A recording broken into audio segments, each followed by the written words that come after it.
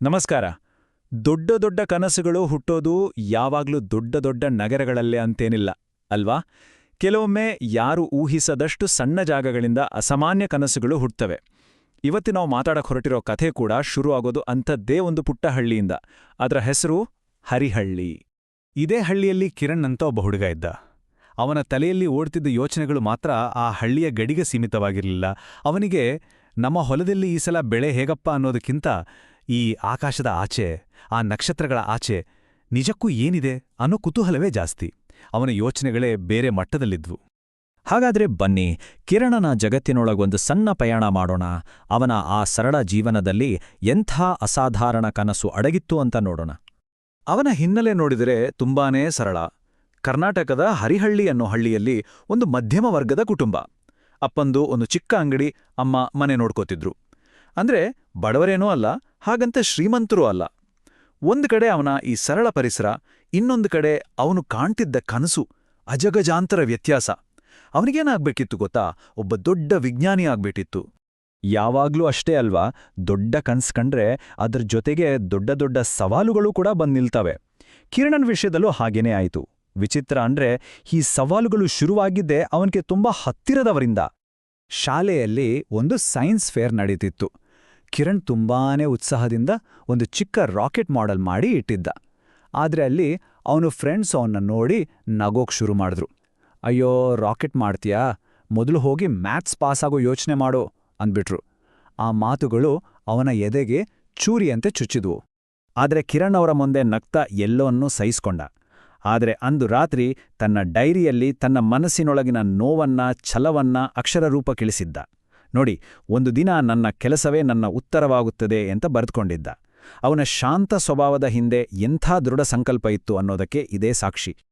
ಸ್ನೇಹಿತರ ಗೇಲಿಗಿಂತಲೂ ದೊಡ್ಡದಾದ ಗಂಭೀರವಾದ ಸವಾಲು ಅವನು ಮುಂದೆ ಬಂದು ನಿಂತಿತು. ಇಲ್ಲಿಂದಾಚೆಗೆ ಅವನ ಕನಸುಗಳ ಮೇಲೆ ನಿಜ ಪ್ರಪಂಚದ ಕಠೋರತೆ ತನ್ನ ಭಾರವನ್ನ ಹಾಕೋಕೆ ಶುರು ಮಾಡ್ತು. ಅವನ 10ನೇ ಕ್ಲಾಸ್ ಓದ್ಬೇಕಾದ್ರೆ ಇದ್ದಕ್ಕಿದ್ದಗಾಗೆ ಅವನ ಕುಟುಂಬಕ್ಕೆ ಒಂದು ದೊಡ್ಡ ಆರ್ಥಿಕ ಸಂಕಷ್ಟ ಎದುರಾಯಿತು. ಅಪ್ಪನ ಬಿಸ್ನೆಸ್ಸಲ್ಲಿ ದೊಡ್ಡ ನಷ್ಟ, ಸಾಲ ಜಾಸ್ತಿ ಆಯಿತು. ಮನೇಲಿ ಯಾವಾಗ್ಲೂ ಒಂದು ರೀತಿ ಟೆನ್ಷನ್ ವಾತಾವರಣ. ಇದೆಲ್ಲ ಅವನ ಜೀವನದ ದಿಕ್ಕನ್ನೇ ಬದಲಿಸುವಂಥ ಒಂದು ಟರ್ನಿಂಗ್ ಪಾಯಿಂಟ್ ಆಯಿತು. ಆಗ ಒಂದು ದಿನ ಅವನ ತಂದೆ ಅವನನ್ನ ಹತ್ರ ಕರೆದು ಹೇಳಿದ್ರು, ಮಗ, ಇಷ್ಟು ದೊಡ್ಡ ಕನ್ಸೆಲ್ಲ ಬೇಡ ಕಾಣೋ, PUC ಮುಗಿದ್ಮೇಲೆ ಒಂದು ಒಳ್ಳೆ ಕೆಲಸ ನೋಡ್ಕೋ ಸಾಕು.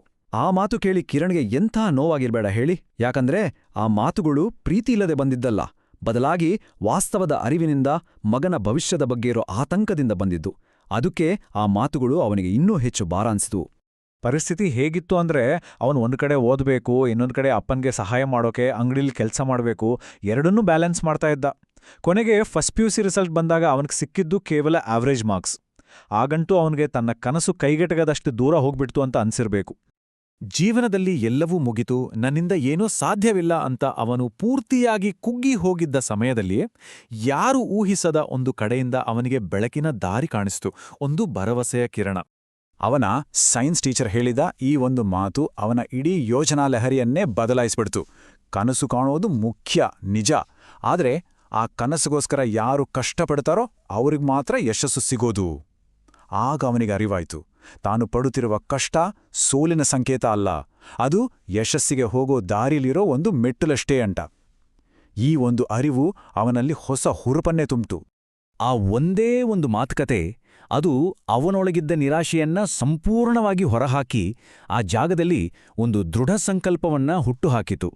ಅವನಲ್ಲಿ ಒಂದು ಹೊಸ ಕಿಚ್ಚು ಹೊತ್ತುಕೊಂಡ ಹಾಗಾಯಿತು. ಅವನ ಕನಸು ಇನ್ನು ಮುಂದೆ ಬರೀ ಕನಸಾಗಿ ಉಳಿದಿಲ್ಲ, ಅದೊಂದು ಖಚಿತವಾದ ಪ್ಲಾನ್ ಆಗಿ ಬದಲಾಯಿತು. ಅವನು ತಕ್ಷಣ ತನ್ನ ಜೀವನಕ್ಕೆ 4 ಕಟ್ಟುನಿಟ್ಟಿನ ನಿಯಮಗಳನ್ನ ಹಾಕೊಂಡ. 1, ದಿನಕ್ಕೆ 4 ಗಂಟೆ ಬೇರೆ ಯಾವುದೇ ಡಿಸ್ಟ್ರಾಕ್ಷನ್ ಇಲ್ಲದೆ ಓದೋದು. 2, ವಾರಕ್ಕೊಂದಾದ್ರೂ ಮಾಕ್ ಎಕ್ಸಾಮ್ ಬರೀಲೇಬೇಕು. 3, ಮೊಬೈಲ್ ಫೋನ್ ಬಳಕೆ ಆದಷ್ಟು ಅಂದ್ರೆ ಸಂಪೂರ್ಣವಾಗಿ ಕಡಿಮೆ ಮಾಡೋದು. ಮತ್ತು 4, ಸೋಮಾರಿತನ ಅನ್ನೋ ಪದಕ್ಕೆ ಜಾಗ ಕೊಡಬಾರದು. ನೋಡಿ, ಈ ಕ್ಷಣದಿಂದ ಅವನು ಕೇವಲ ಕನಸುಗಾರನಲ್ಲ, ತನ್ನ ಗುರಿಯನ್ನು ಬೆನ್ನಟ್ಟುವ ಒಬ್ಬ ಯೋಧನಾದ.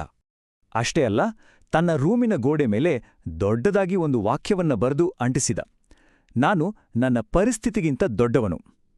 ಪ್ರತಿದಿನ ಬೆಳಿಗ್ಗೆ ಎದ್ದ ತಕ್ಷಣ ಅವನಿಗೆ ಕಾಣಿಸೋದು ಇದೇ ಮಾತು. ಇದು ಅವನಿಗೆ ಪ್ರತಿದಿನವೂ ತನ್ನ ಶಕ್ತಿಯನ್ನ ನೆನಪಿಸ್ತಿತ್ತು, ಹೋರಾಡಕ್ಕೆ ಸ್ಫೂರ್ತಿ ಕೊಡ್ತಿತ್ತು. ಸರಿ, ಅವನ ಕನಸು ಮತ್ತೆ ಚಿಗುರಿತು. ಅವನಲ್ಲಿ ಆತ್ಮವಿಶ್ವಾಸ ಮರಳಿ ಬಂತು. ಎಲ್ಲವೂ ಸರಿ.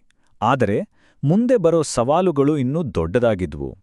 ನಗರಕ್ಕೆ ಹೋಗಿ ಎಂಟ್ರೆನ್ಸ್ ಎಕ್ಸಾಮ್ ಎದುರಿಸೋದು, ಹಣಕಾಸಿನ ಸಮಸ್ಯೆ, ಎಲ್ಲಕ್ಕಿಂತ ಹೆಚ್ಚಾಗಿ ತನ್ನ ಮೇಲಿನ ನಂಬಿಕೆಯನ್ನ ಕೊನೆಯವರೆಗೂ ಉಳಿಸ್ಕೊಳ್ಳೋದು. ಈ ಎಲ್ಲಾ ಅಗ್ನಿಪರೀಕ್ಷೆಗಳನ್ನ ದಾಟಿ ಅವನ ಕನಸು ನಿಜವಾಗುತ್ತಾ? ಮಕ್ಕಳೇ, ನಿಮಗೆ ಈ ಕಥೆ ಇಷ್ಟ ಆಯ್ತಾ? ಇನ್ನೂ ಹೀಗೆಯೇ ಮುದ್ದಾದ ಕನ್ನಡ ಕಥೆಗಳು ನೋಡಲು ನಮ್ಮ ಚಾನೆಲ್ ಅನ್ನು ಸಬ್ಸ್ಕ್ರೈಬ್ ಮಾಡಿ.